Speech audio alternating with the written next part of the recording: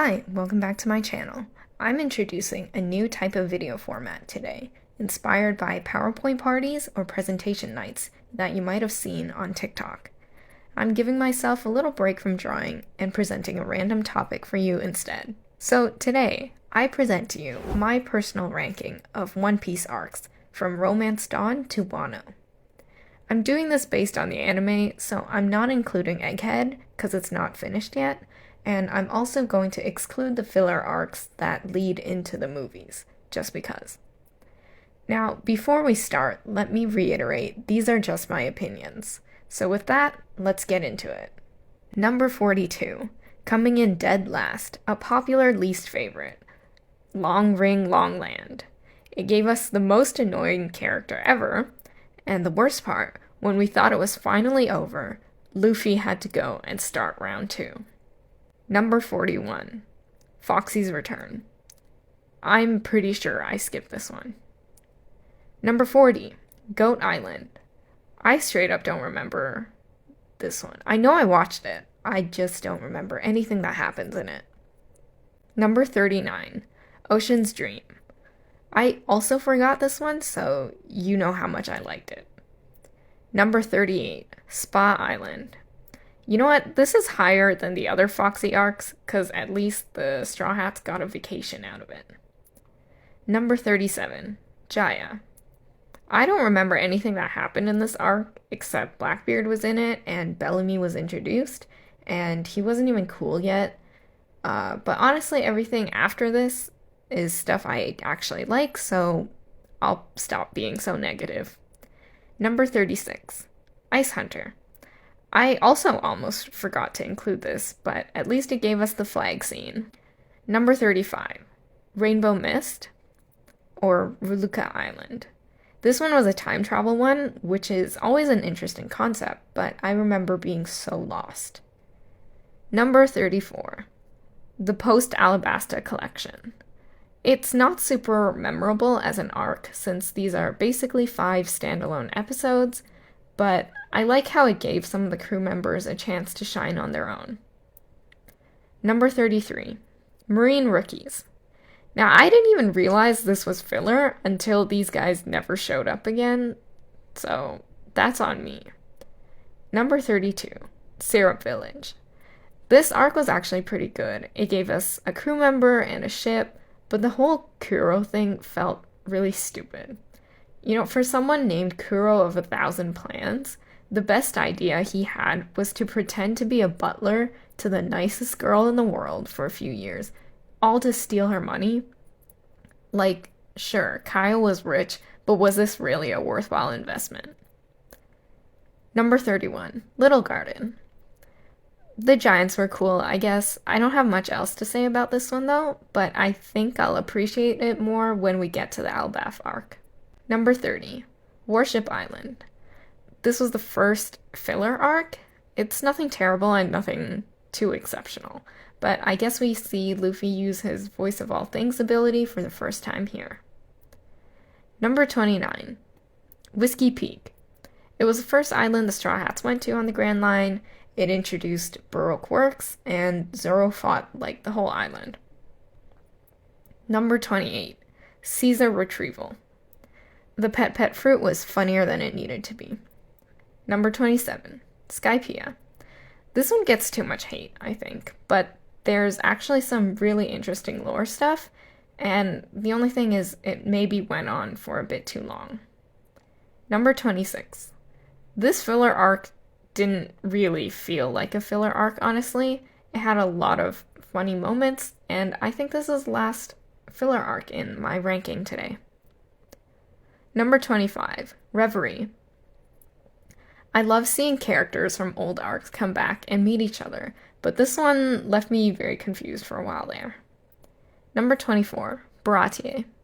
We love the Baratie and Sanji and Zeph's relationship, but is it bad that I think the best part was Zoro and Mihawk's fight?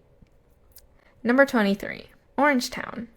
Nothing bad about it, but doesn't give me enough nostalgia for me to rank it any higher, but at least there was Buggy. Number 22, Arlong Park. I actually really like this arc and the story. Like, I cried a lot about Nami, but I just really cannot stand Arlong. Number 21, Drum Island. We got Chopper, aka the first other Devil Fruit user on the Straw Hat crew, and I cried so much during this arc I couldn't even see my screen properly. Number 20, Fishman Island. It was a great comeback arc for the Straw Hats, and it was really good if I ignore Sanji, Caribou, and the guy who wanted to marry a 6-year-old. Number 19, Amazon Lily. Boa Hancock is one of those characters that I can't decide if I love or hate. Number 18, Thriller Bark. Again, I think this one's overhated. Besides the invisible creep stuff, I thought that the arc was actually pretty fun. Number 17, Reverse Mountain. Listen, Laboon's story was already sad, but after meeting Brook, it was extra sad. But also, this is where Nami killed a man, so... Number 16, Zoe. Yeah, pretty good. It was sandwiched between some really good arcs, so it kind of sits lower on the list, but it's a great setup for both Whole Cake and Wano. Number 15, Romance Dawn. I think I'm putting this one high on the list because of the nostalgia factor, but I mean, this is where it all started. Number 14, Post Enies Lobby. A really perfect wrap-up to the Water 7 Enies Lobby saga. Number 13, Post-War. Getting Ace backstory after he died feels like a slap in the face, but I think it's exactly what makes it so effective. Number 12, Whole Cake Island. This Sanji can fit so much trauma. Also, Katakuri and the Charlotte siblings' relationships were one of the best parts for me. Number 11, Punk Hazard. Glow-ups for Smoker, Tashigi, and Law. And the best part is that everything from Punk Hazard to Wano flows so neatly from one arc to the next. Number 10, Alabasta. It's really only this high because after Marineford, I liked Crocodile a lot more. Number 9, Dressrosa. So much happened in this arc. We got a tournament arc, Law backstory, and lots of other great moments I haven't even listed here. If only the pacing wasn't horrible. Number 8, Water 7. Never trust anyone who hates on Usopp in this arc. Number 7, Logtown. Another one that gets nostalgia points for me, but honestly, it's really fun, and we were introduced to Logia Devil Fruits and Dragon. Number 6, Sabaody, Part 1.